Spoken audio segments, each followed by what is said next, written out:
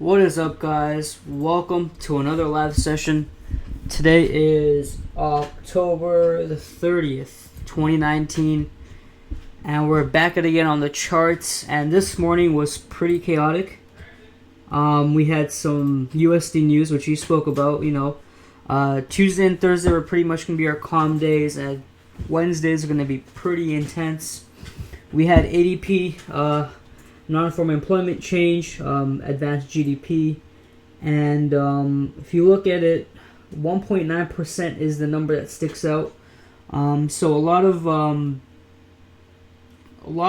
USD strength came into the market for some pairs, and for other pairs, quite the opposite happened. And then we had some CAD news, some CAD monetary policy statement. I think they're going to stay where they are. Rate statement, and then there's going to be a conference in 10-15 minutes for the Bank of Canada, and then at 2 o'clock we have the FOMC statement and funds rate. So just a word of advice: anything that we discuss right now could be thrown out the window in less than 3 hours. But today's session, I really wanted to get something, going, and this the Fed statement might kind of delay it or help it. And what I mean by that is I have a trifecta. I have 3 setups pretty much ready to go. We can enter, pretty much all of them, but we'll, take a look into them one more time and see if it's worth it to hold during the release. And so just taking a little prediction, because the GDP's up, and I looked into it a bit. So I believe, and don't quote me on this, but you can check out the Daily Effects article. Businesses aren't growing as much in terms of transactions, orders, imports, etc. But consumers are spending more on average, so it's kind of offsetting, it's kind of balancing out. So that's why we had the 1.9% come out versus the 1.6%. So I think we can take advantage of that. I know Powell, when he speaks, he's probably gonna talk about the GDP and how that's showing that the economy's still good, etc., etc. So I'm expecting his speech to be pretty bullish, and it's going to be good for the dollar. So the first trade of the trifecta is Aussie dollar short. Pretty simple setup. It is the Aussie dollar, so it doesn't move as much. But if we look to the left, we've once again come into this blue horizontal array region, 0.68800. A lot of spikes here. We shorted it once from down here, if you guys remember, and we got that nice chunk, 40 to 50 pip move. And we have that same opportunity again. You can call it a double top. Some people calling it a W, whatever you want to call it, or an M. That's what we have right now. And it's good that we're kind of at a support, so we can kind of catch the best entry. What I mean by support is on the 4 hour, you can see we've kind of just wicked and stayed above 0.68500, 600 area. And this line was drawn way back then, and you can see it's kind of come into play again. And if you guys remember last time when we shorted Aussie dollar, we waited for that close below. And we got that close below. We even got that retest rejection, and we went short. So similar thing here. We have the perfect time. We can enter whenever we get that break. On the hourly, you can kind of see where the support is. And like always, we can adjust our lines. So for us to go short on Aussie dollar, we want to close below 0.68550. And what I mean by a close is a bearish closure. Obviously not a wick, so don't use a sell stop, because you can easily get wicked, wicked into the trade and then it getting you stopped out. What we want is a bearish closure, and we can just go to the left and see what that means. Bearish closure is a candle like this. This is a nice bearish closure. This one is as well. This one not really, because it's kind of a hammer. You can see, from this point on, we did have a rally. So those are the candles we're looking for. Fat bearish candles with very little wicks. And we're on the hourly time frame. We can enter whenever this closes. So Hopefully, in the next few hours it does. For example, our gold trade that we took Monday, it took 12 hours since our live session to get activated, and I was asleep. But this one, we're pretty close to the price point that we need to break. So if it does break, I will let you guys know. I'll send an alert right now, actually. But yeah, it could be a nice 40 pips. It's NFP week. We don't want to be too exposed, but we do want to make some profit. So that's what we're going to be looking for. That's one trade of the trifecta. The other one is Aussie yen. I'm seeing a short. So our previous long, our long trade idea is, it's still good to go. But I was going to short off this double top if we do create one. But if you look, the last time we had the long trade idea, we did get some nice movement. Came at entry and we still went above, so our stop was in a perfect spot, and we barely went into it. But I think we're done with that for now, since we got stopped at entry. So Aussie yen, we might have a short, we might have a continuation long. It really depends. You can kind of see a similar story with Aussie dollar. Kind of resistance at this previous price point. 74,720, and we're just creating some hammers, some consolidation.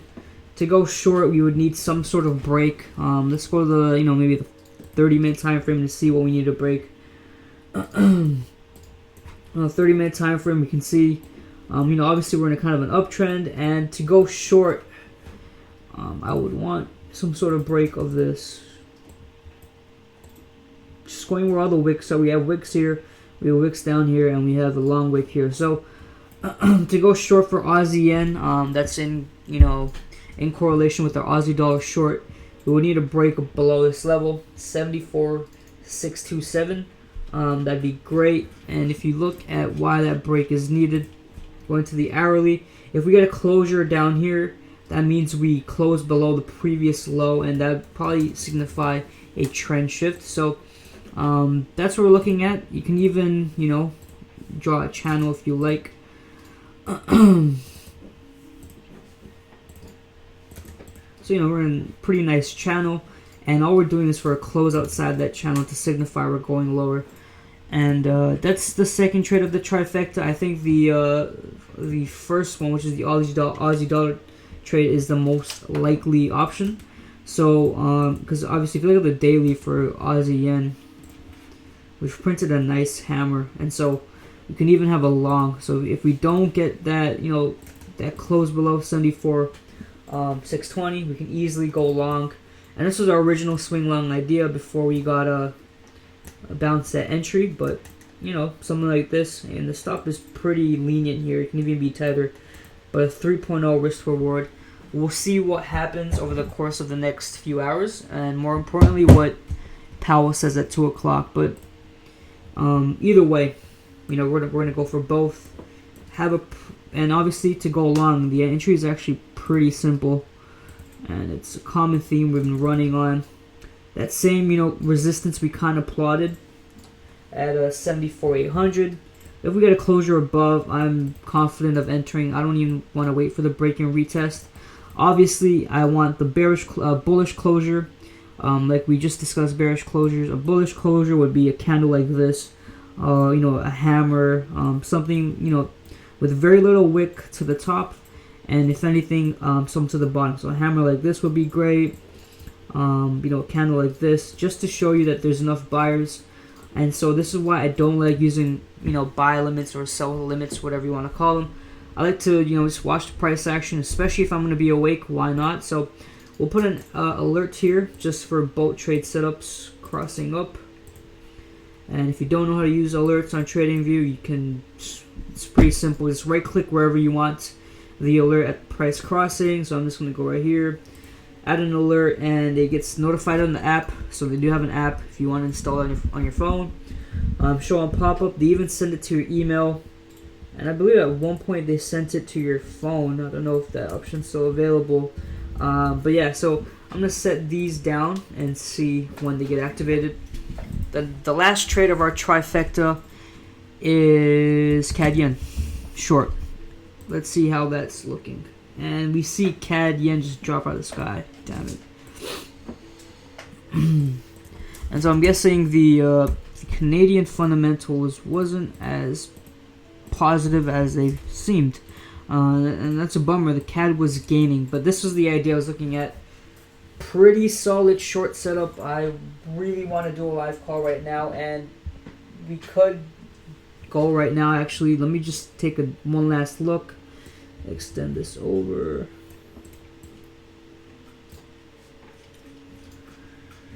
Yeah, I mean, yeah, it is screaming a short to me.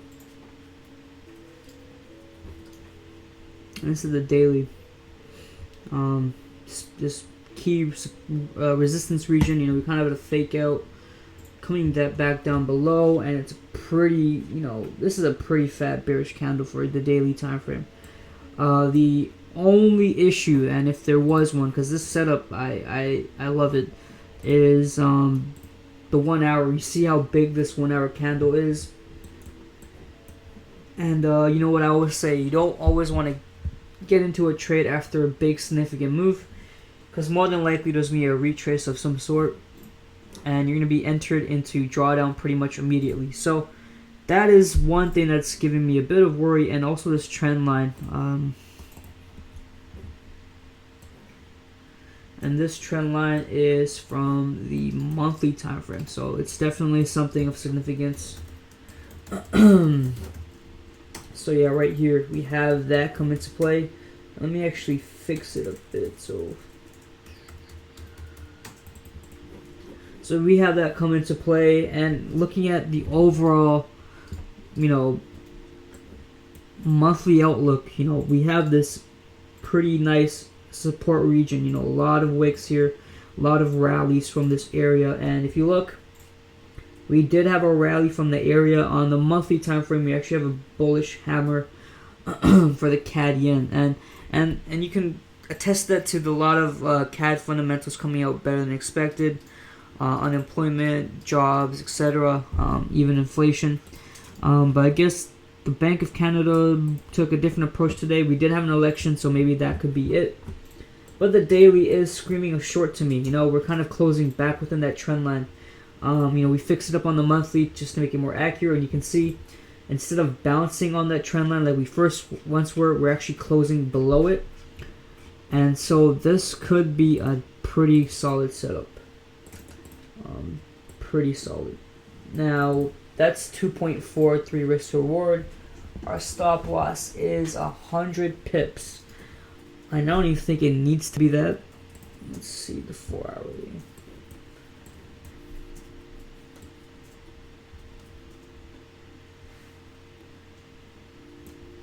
Just looking at price, you know, we do have this previous resistance region as well. Just right around here, you know, you can see it. And what CAD yen could do is come here and then jump back up. But we have our stop in a pretty nice place. And if you look, let me try to zoom in here. So alternative, you know, what we want as CAD yen continues to drop, you guys could enter. Go ahead and enter. Entry is 82,700. Stop loss is 78 pips, 83,462. Go ahead and enter short while I put down the take profit levels. But enter short so you get the best entry. I'm just gonna go explain over what I was talking about earlier. This is the, you know, a support region that we're coming to, and you know, if CAD yen was supposed to come, you know, if it were to come here and pop back up, if it passed anywhere past this point, it's probably gonna go higher. So that's why we have a stop just a bit above there in case there's any news, etc.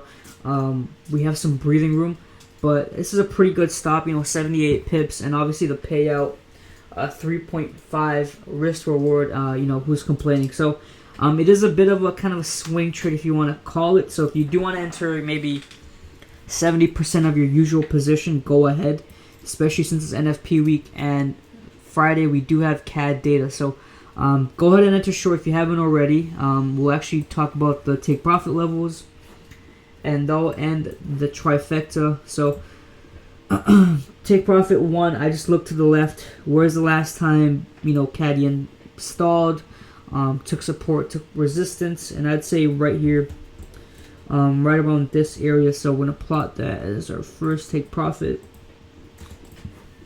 And that's at 81.163.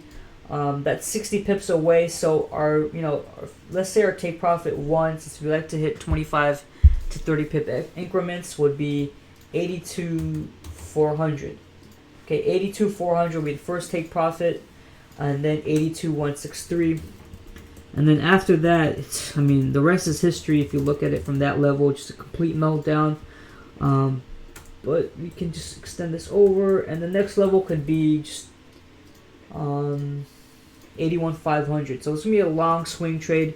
But those are your first take profit levels: 82,400, 82,163, and then 81,500. And after that, we can take a look. But our final target, if you want one, is 80.326. So let's go ahead and ride this trade out and see where it leads us. Let's hope we're out of it by Friday. Just taking a peek at the fundamental schedule. Oops. Friday. Oh, we don't have CAD data. Perfect. It's just the USD. So this is perfect, actually. This is a great trade to take. Tomorrow's quiet, except for CAD GDP, so maybe that'll help us. It's expected to come out better than expected. Let's hope that's not the case. And so let's go ahead and take this trade. I'll call on Telegram, but they obviously won't get the entry you guys got, and we're already in some profit. So I think that's a good. Actually, let me check the chat. Just checking on people. What's up, Tommy? Can I look at Bitcoin for me? I think it's good to short. Okay, yeah. Actually agree with that. Can you do a top-down analysis for NSD yen? Sure. I will do that. Good morning. Euro USD TP1 was not hit. It was close. The reason why I said that, and thanks for bringing this up, guys, is when we looked at Euro, TP1 on our chart, as in 1.10725, was hit, but not for our signal, the call I made. For our signal, it was 0.10715. We did get that 28 pips of profit, which we always like to secure, but TP1 was not hit. So for those that were wondering, no. So obviously we pretty much got stopped out of entry, and Euro is doing what Euro wants to do.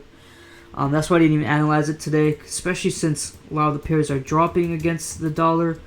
Euro, for some reason, is gaining. But I'm going to look at Bitcoin and then NSD yen. And we can finish this off. Oh my god, I want to short Bitcoin so bad. So, was this the original idea? No, it wasn't. This was our original Bitcoin idea. Shorts from here, which we, was right on. Shorts from here, which is right on. And we had a point in time where, 77,500 was our level to break. But what happened was when we broke that level, we created support. You can see. So when we broke 7,500, we just created a lot of support. And what I told you guys when we got here is we need that break and closure below to let us know that we're going lower. If not, we could just do whatever, right? And so some Chinese and I guess Korean fundamentals really pumped Bitcoin up. I guess China was becoming an advocate for Bitcoin. You can see, these candles are obviously fundamentally based candles. They're not obviously off technicals. I mean, this is the size of the CN Tower, if you ask me. Jesus Christ. Yeah, we had that huge push up to as high as 10,300. Kind of calmed down. We had a last little rally. I think this was from the Korean news. And since then, we have kind of slipped below. And if you look where we slipped below, kind of come into this hourly, support region. And this is where it gets kind of touchy just because there's a lot of fundamentals pumping Bitcoin up. they're gonna have to take a dual approach into taking a trade, right? So obviously, technically, our last support of significance was just 9,000 flat, if you want to call it 9,000 flat, or 8,983, right? I mean, yeah. So what I'd want, Tommy, is probably a closure below this. If we get any sort of bullish closure, we're probably going back down to 8,000, maybe even lower. I wouldn't buy too much into this, and that's how retail traders get trapped. Once they see this big push, they kind of go into a frenzy in a frantic mode, and go to my BTC or wherever and buy like $1,000 worth of Bitcoin just to get burnt. That happened at 20K, and I wouldn't be surprised if this happens again. And if you look at the weekly, it's still bearish. I mean, Bitcoin, let's not forget, Bitcoin was up here at 13,000, almost at 14,000 in June. That sounded like a long time ago. That was maybe 5 months ago. It's, it hasn't even come close to that price point. If you look at the price action, still creating lower highs, lower lows, lower highs, lower lows. So this could just be, another lower high, because if you look at this previous high, trying to zoom in here, this previous high has not enclosed or encompassed this previous one. So, yeah, this could just be another signal that we're going lower, and a lot of retailer traders might get burnt on this because it's still following that bearish price action. So, for Bitcoin, if I'm ever going to jump back on it, we'd have to take over at least 11,000, maybe 12,000 up here, and yeah, the sky's the limit. But that's Bitcoin. NSD yen. We'll do a top down real quick. I think a lot of you are accustomed to it by now.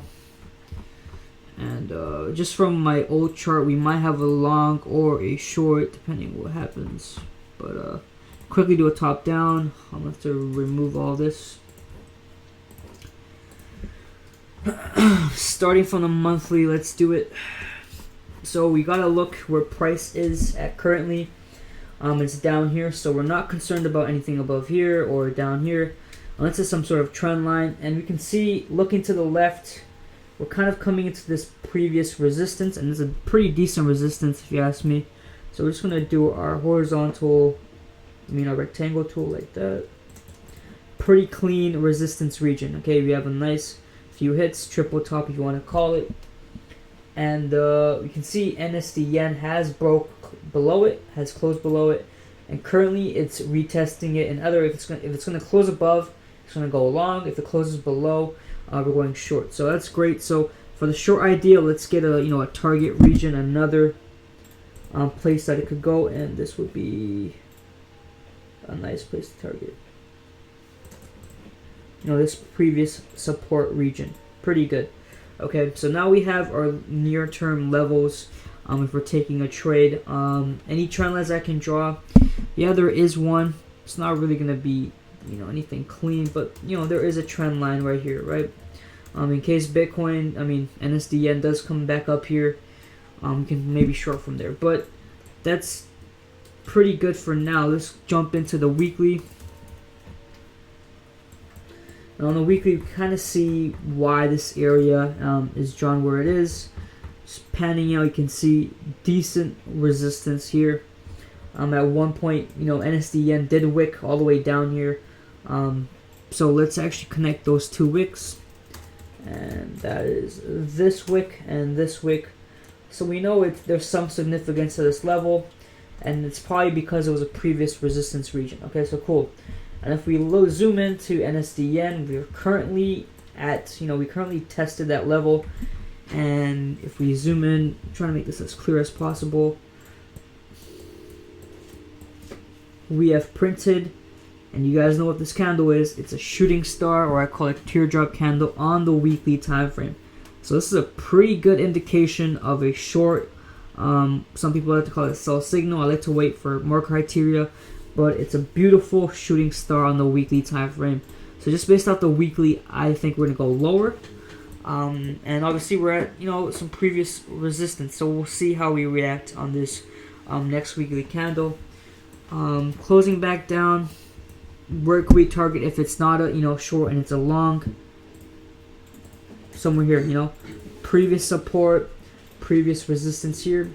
If we were to break above, we're most likely going to 72,400. And obviously for shorts, we have some support down here. You can see a lot of wicks, and that would be our short target. So now we have our levels. Let's go down to the daily, then the 4-hourly to get a more clear idea. So awesome. So this is where we created the shooting star. Now you're probably asking, how do I know to go short or long? Well, in this case, NSD yen kind of helped us out with that, and that is, it has broken a recent trend line. Okay. You can see one wick touch, second one, and a third one. We did get a breakout, and so any sort of bearish candle right now is dropping down below here would tell me we're going lower. And I'm pretty sure the 1 hour or the 30-minute time frame will give me a specific level that we need to break to go short. Okay. And obviously longs, anything clearing these previous highs. So anything closing above 89,800, we're probably going long. Now going to the hourly, like I just spoke, the level we need to break to signify going short is probably going to be this one. 68,900. Okay. 68,980 to be specific, and we can see why. Okay, so the 4-hour can pretty much paint the picture clear as day. Trying to squeeze this down, you can see why, right? This previous resistance we've created as support here, and NSD yen, whenever it's tried to do a sell-off, this is where it's stalled. So we're about 30 pips away. If we get that closure below 68,990, we're going lower. And that's my idea, top-down analysis for NSD yen. Obviously, any bullish closure above these previous highs are going higher, but I think the short is the most likely scenario. So I think that is a good spot to leave off this session. I think it was a nice 28-minute session. It's pretty good. 3 trades down. Let's see how they play out. Obviously, currently we're just in CAD yen. I'm waiting for confirm on Aussie dollar and Aussie yen. So I will see you guys tomorrow for another live session. And yeah, let me just check if we have anything news related coming out. No, we're good. Okay, so cool.